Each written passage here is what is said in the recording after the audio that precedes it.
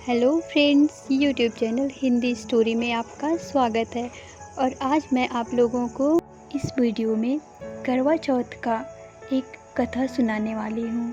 Friends, video को पूरा अंत तक देखें, मैं इसमें पूरा कहानी सुनाऊंगी। तो चलिए शुरू करते हैं। कार्तिक मास के कृष्ण पक्ष की चतुर्थ तिथि को करवा चौथ का व्रत रखा जाता है। सुहागिन महिलाएं इस दिन 16 श्रृंगार करके पति की लंबी आयु के लिए कामना करती हैं। हिंदू धर्म में करवा चौथ व्रत का बहुत ही खास महत्व है। इस दिन सूर्योदय के बाद से महिलाएं पति के सुख समृद्धि के लिए निर्जला व्रत रखती हैं और दिन भर भूखी प्यासी रहकर शाम के समय कथा पढ़ती सुनती हैं और रात के समय श्री गणेश जी और भगवान शिव और माता पार्वती जी की पूजा की जाती है और इसके बाद चांद के दर्शन करके उनकी पूजा करके और चांद को अर्घ्य देकर पति के हाथों से जल ग्रहण करती हैं। तो फ्रेंड्स, ये थी थोड़ी सी जानकारी। और इसके बाद जब शाम को पूजा होती है तो उसमें ये कथा सुनाई जाती है जो मैं आप लोगों को सुनाने वाली हूँ। बहुत समय पहले की बात है। एक साहूकार के 7 बेटे और उनकी एक बहन जिसका नाम करवा था। सभी 7 भाई अपनी बहन से बहुत प्यार करते थे, यहाँ तक कि वे पहले उसे खाना खिलाते थे और बाद में वे स्वयं खाते थे। एक बार उनकी बहन ससुराल से मायके आई हुई थी और शाम को भाई जब अपना व्यवसाय बंद कर घर आए तो देखा उनकी बहन बहुत व्याकुल थी। सभी भाई खाना खाने बैठे और अपनी बहन से भी खाने का आग्रह करने लगे, लेकिन बहन ने बताया कि आज उसका करवा चौथ का निर्जल व्रत है और वह खाना सिर्फ चंद्रमा को देखकर उसे अर्घ्य देकर ही खा सकती है।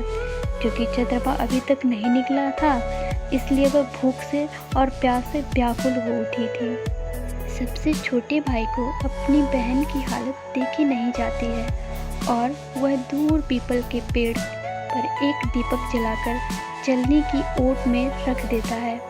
दूर से देखने पर वह ऐसा प्रतीत होता है कि जैसे चतुर्थी का चांद उदित हो रहा हो। और इसके बाद भाई अपनी बहन को बताता है कि चांद निकल आया है, तुम उसे अर्घ्य देने के बाद भोजन कर सकती हो। बहन खुशी के मारे सीढ़ियों पर चढ़कर चांद को देखती है, उसे अर्घ्य देकर खाना खाने बैठ जाती है। फिर वह पहला टुकड़ा जब मुंह में डालती है तो उसे छींक आ जाती है और दूसरा टुकड़ा मुंह में डालती है तो उसमें बाल आ जाता है। और जैसे ही तीसरा टुकड़ा मुंह में डालने की कोशिश करती है तो उसके पति की मृत्यु का समाचार उसे मिलता है। वह बौखला जाती है। फिर उसकी भाभी उसे सच्चाई से अवगत कराती है कि उसके साथ ऐसा क्यों हुआ। करवा चौथ का व्रत गलत तरीके से टूटने के कारण देवता उससे नाराज हो गए हैं और उन्होंने ही ऐसा किया है। फिर सच्चाई जानने के बाद करवा निश्चय करती है कि वह अपने पति का अंतिम संस्कार नहीं होने देगी और अपने सतीत्व से उन्हें पुनर्जीवन दिलाकर रहेगी। वह पूरे 1 साल तक अपने पति के शव के पास ही बैठी रहती है और उनकी देखभाल करती है और उसके ऊपर उगने वाली सुई नुमा घास को एकत्रित करती जाती है। और 1 साल बाद फिर करवा चौथ का दिन आता है।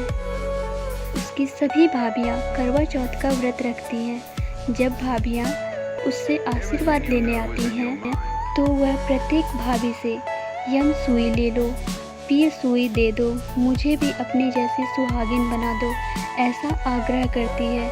लेकिन हर बार भाभी उसे अगली भाभी से आग्रह करने का कहकर चली जाती है। इस प्रकार जब छठे नंबर की भाभी आती है तो करवा उससे भी यही बात दोहराती है। यह भाभी उसे बताती है कि चूँकि सबसे छोटे भाई की वजह से उसका व्रत टूटा था, उसकी पत्नी में ही शक्ति है कि वह तुम्हारे पति को दोबारा जीवित कर सकती है। इसलिए जब वह आए तो तुम उसे पकड़ लेना और जब तक वह तुम्हारे पति को जिंदा ना कर दे उसे नहीं छोड़ना। और ऐसा कहकर वह चली जाती है। और सबसे अंत में जब छोटी भाभी आती है, करवा उनसे भी सुहागिन बनने का आग्रह करती है, लेकिन वह टाल मटोल करने लगती है। इसे देखकर करवा उन्हें जोर से पकड़ लेती है और अपने सुहाग को जिंदा करने के लिए कहती है। और भाभी उसे छुड़ाने के लिए नोचती है, खसोटती है, लेकिन करवा नहीं छोड़ती है। और अंत में उसकी तपस्या को देख भाभी पसीज जाती है और अपनी छोटी उंगली को चीरकर उसमें से अमृत उसके पति के मुंह में डाल देती है। फिर करवा का पति तुरंत श्री गणेश करता हुआ उठकर बैठ जाता है।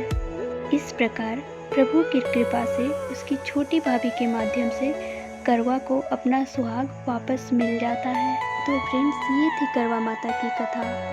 करवा चौथ की कई सारी कथाएं हैं, जिनमें से एक ये भी था जो मैंने आप लोगों को सुनाया। तो फ्रेंड्स, आप लोगों को मेरा ये वीडियो कैसा लगा, आप लोग कमेंट करके ज़रूर बताइएगा। भगवान भोलेनाथ सभी को सुखी और खुश रखे। हर हर महादेव।